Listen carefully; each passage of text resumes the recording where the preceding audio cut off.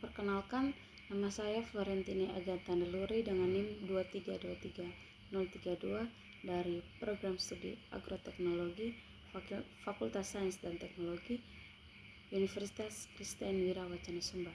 Tujuan saya membuat video ini untuk memenuhi tugas 1. Mata kuliah Pertanian Integrasi.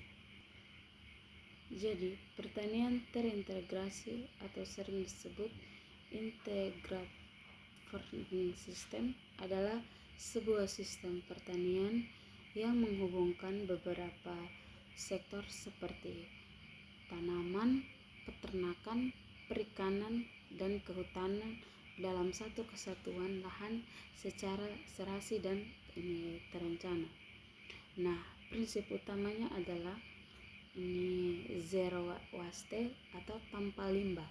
Limbah dari satu sektor digunakan sebagai sumber daya bagi sektor lainnya, sehingga itu menciptakan siklus energi yang tertutup dan berkelanjutan. Terus bagaimana cara kerjanya?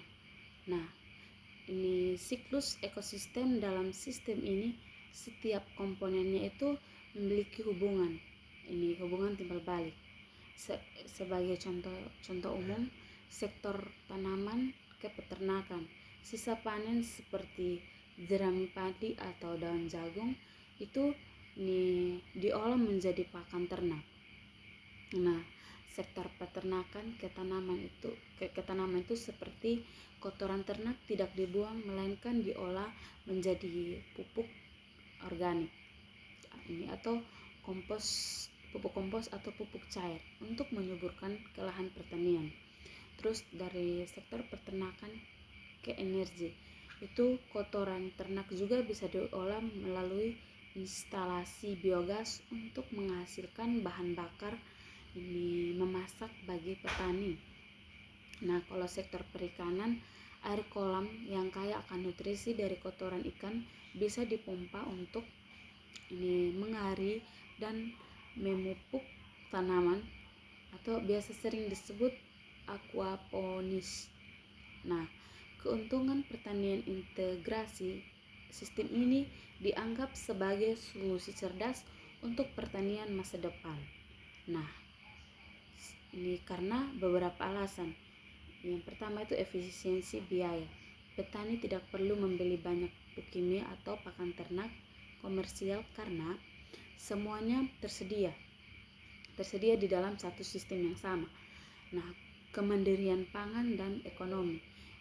Petani ini memiliki sumber pendapatan yang beragam.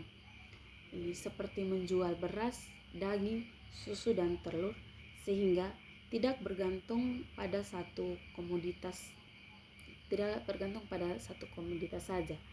Keberlanjutan lingkungan itu karena meminimalkan penggunaan bahan kimia eksternal dan memanfaatkan limbah tanah menjadi sehat dan ekosistem ini itu lebih terjaga. Terus ada optimasi lahan. Nah, ini sangat efektif dilakukan di lahan terbatas karena pemanfaatan ruang yang vertikal atau berdampingan. Misalnya sistem mina padi atau menanam padi sekaligus memelihara ikan di sawah. Nah, demikian video yang saya buat. Sekian dan terima kasih.